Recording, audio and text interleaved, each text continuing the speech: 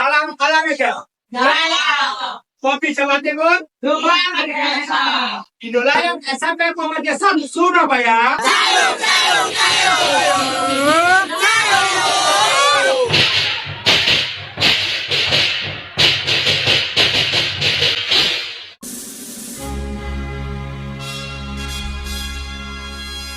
Selamat pagi semuanya.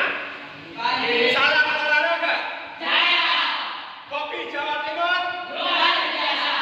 Idola SMP Muhammadiyah 1 Surabaya. Oke, hari ini kita akan masuk di teori. Ada yang tahu sejarah barongsai dulu pertama kali adanya barongsai?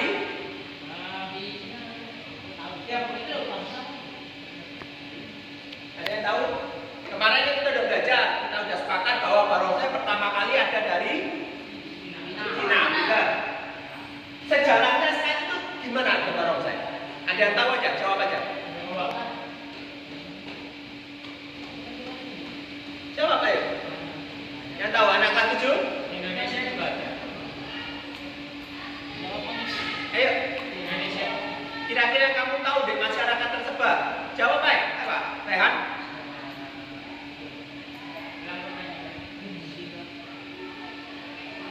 Sejarah mitologi hewan barongsai itu apa? Singa. Singa. Ya sejarah ya, Pak Isa. Gerakannya mengikuti singa. Salah. Ayo, kelas 9 ada yang ngerti? Dapat sodik. Oke, kita simpan aja. Ini yang akan tak bahas adalah sejarah berdasarkan ILDF, International Lion Dance Federation. Jadi alasan sejarahnya cukup masuk akal, cukup logis. Karena di luaran itu ada banyak sejarah-sejarah, misalnya barongsai itu makan rembulan dan lain-lainnya, bukan ya.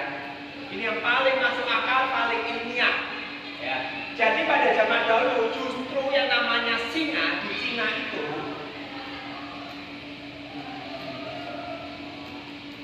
tidak ada singa malah pertama kali. Dulunya di Cina itu tidak ada singa, jangan salah. Ya. Singa dulu itu juga adanya di Persia. Ya. Antara Tiongkok dan Persia ada yang namanya jalur perdagangan. Ya, coba kamu tanya ke guru sejarah, ada yang namanya jalur sutra. Ini. Jadi Raja Tiongkok memberikan kain sutra ke Persia. Sebaliknya Raja Persia memberikan singa ke Tiongkok. Sejarahnya di sini. Jadi pertama kali ini Tiongkok tidak punya singa, jangan salah. Ya. Tentunya singa ini sangat dibangga-banggakan oleh Raja Tiongkok waktu itu. Setiap malam tahun baru Imlek, singa ini selalu dipertontonkan di masyarakat. Di halaman kerajaan Tiongkok itu besar, selalu dipamerkan tiap malam tahun baru Imlek. Singa itu menjadi suatu kebanggaan bagi Raja Tiongkok waktu itu. Ya. Hingga suatu hari yang namanya umur tidak ada yang tahu. Singa ini mati. Jadi, takut orang-orang karena satu-satunya hewan yang dibangga-banggakan mati. Dan di Tiongkok itu kalau sampai ada kejadian yang nggak disukai sama raja, pasti hukumannya mati. Gitu. Nah ini mulai aja. Barongsai itu apa? Dengan persatuan bulu-bulu. Ayo, di sini ada yang namanya barongsai. Kamu lihat ada apa? Bulu apa aja? Kita mempelajari apa aja? Ada seni apa di sini? Seni lukis. Bulu seni lukis. Terus apa lagi? Apa lagi? Bulu tangkis. Seni bela diri. Terus apa? Masih ada dua lagi di sini. Apa ini bentuknya? Ini namanya seni rupa. Ya. Seni rupa Dan satu lagi apa?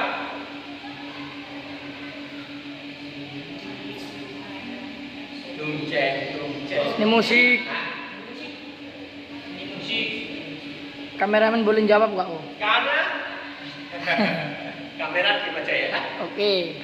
Karena Pak, ini para pawang-pawang takut singanya mati, terus yang ditontonkan apa? Ya kan? Akhirnya bersama para guru-guru seni rupa, seni lukis, seni musik dan seni bela diri, mereka membentuk yang namanya tiruan singa. Yang saat ini dikenal dengan nama barongsai. Dan sejak saat itulah barongsai selalu dipertunjukkan setiap malam tahun baru sejarahnya dipisahkan. Ya, sebagai hewan tiruan singa, bukan tiruan kucing loh ya. Tiruan singa. Ya. Oke. Sekarang bagaimana dengan barongsai di Indonesia? Pada abad ke-13, ya, ada yang tahu nanya guru sejarah? Kerajaan Islam pertama di Indonesia apa namanya?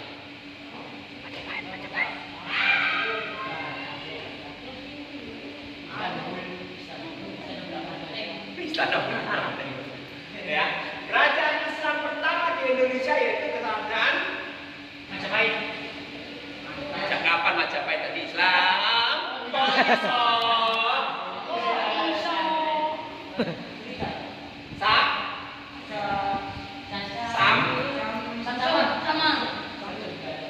Ayo silakan dulu kerajaan Samsul dulu. Samu, kerajaan Islam.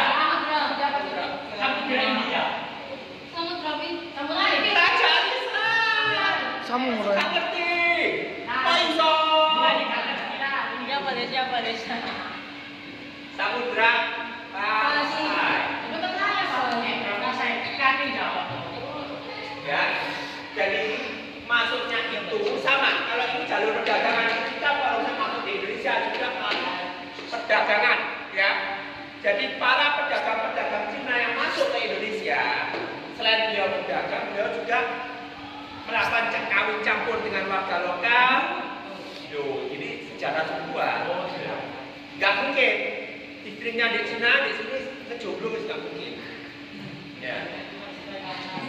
Yang akhirnya dia kawin campur dengan warga lokal, kemudian budaya saling datang, ya kan? Kita perpaduan hingga saat ini.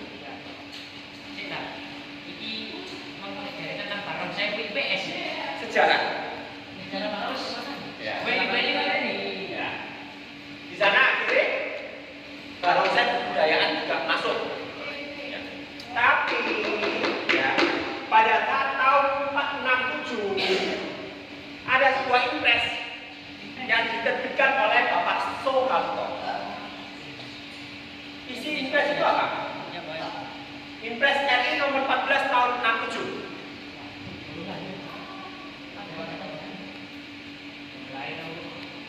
Luarnya ada di buku sejarah, yaitu pembatasan adat istiadat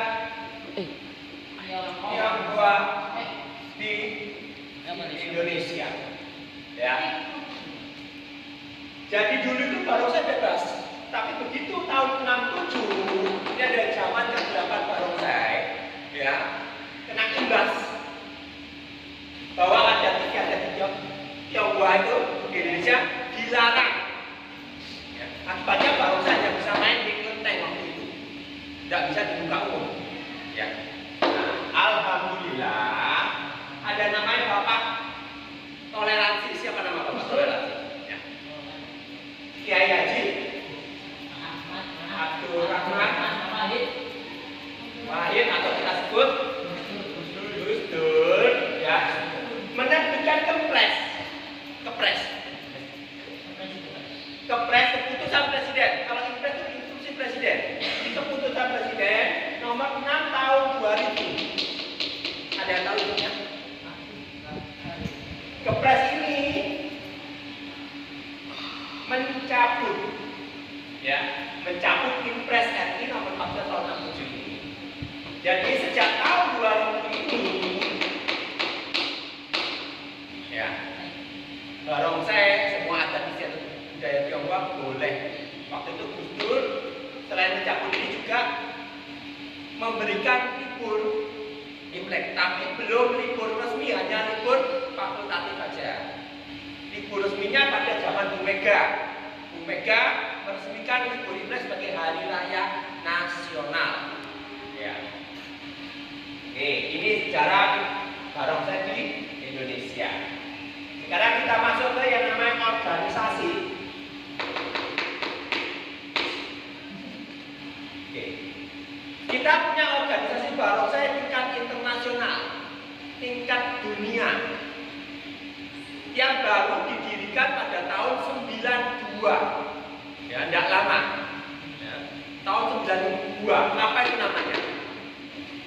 Kelas 9.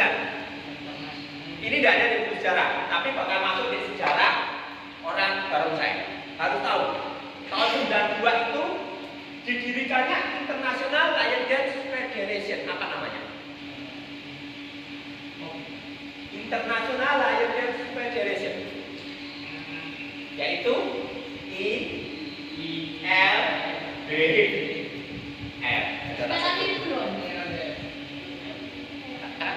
Ya, ini organisasi barongsai internasional. Namanya ILBF. Apa panjang ILBF? Ya, gitu. Ya. Di Indonesia dengan adanya Kepres Gus Dur ini, ya kan, akhirnya barongsai boleh. Setelah boleh, maka Indonesia segera membentuk sebuah wadah barongsai Indonesia. Belum, apa namanya? Yang didirikan pada tahun 2000.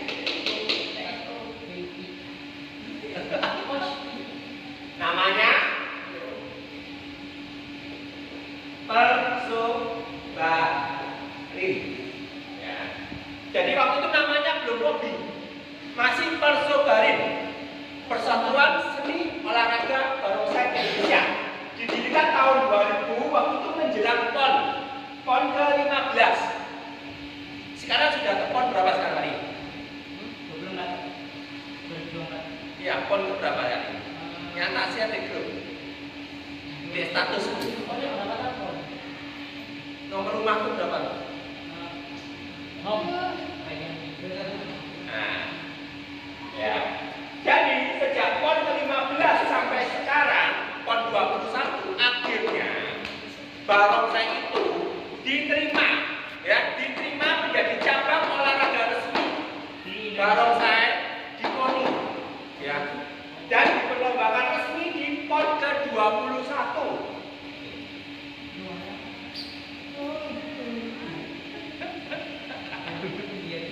Ya. Nah, tapi namanya sudah bukan Persobarin sekarang, karena sebenarnya induk olahraga barongsai dulu itu ada banyak, ada Persobarin, ada banyak gitu. Tetapi yang masuk KONI harus ada satu, tidak boleh banyak induk olahraga seperti Perbasi, PSSI, ya kan? Ya ini juga akhirnya Persobarin dengan organisasi yang lain membentuk, bergabung menjadi satu nama, membentuk POBI. Apa itu POBI? Federasi Olahraga Barongsai Indonesia. Nanti ya. Ini. Jadi kalian harus tahu, dan kalian ini termasuk yang mencetak sejarah sekarang. Kalau sejarah yang tadi menceritakan kerajaan Tiongkok ini sejarah zaman Bahulan dulu. Kemudian ini masuknya di Indonesia, aku yang mengalami, kalian belum.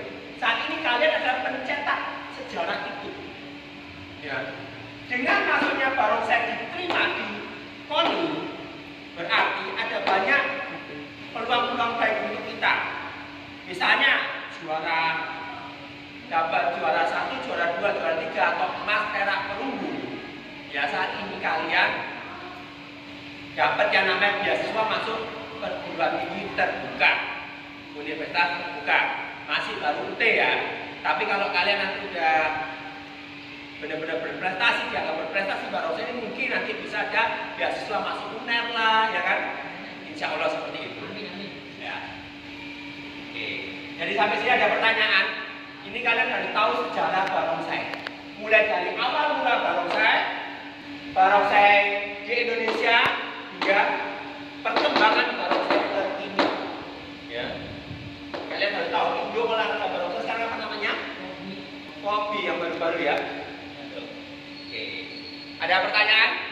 Jangan lupa kalian gampang nanti nyarinya, tinggal like and subscribe di YouTube Indolion Channel.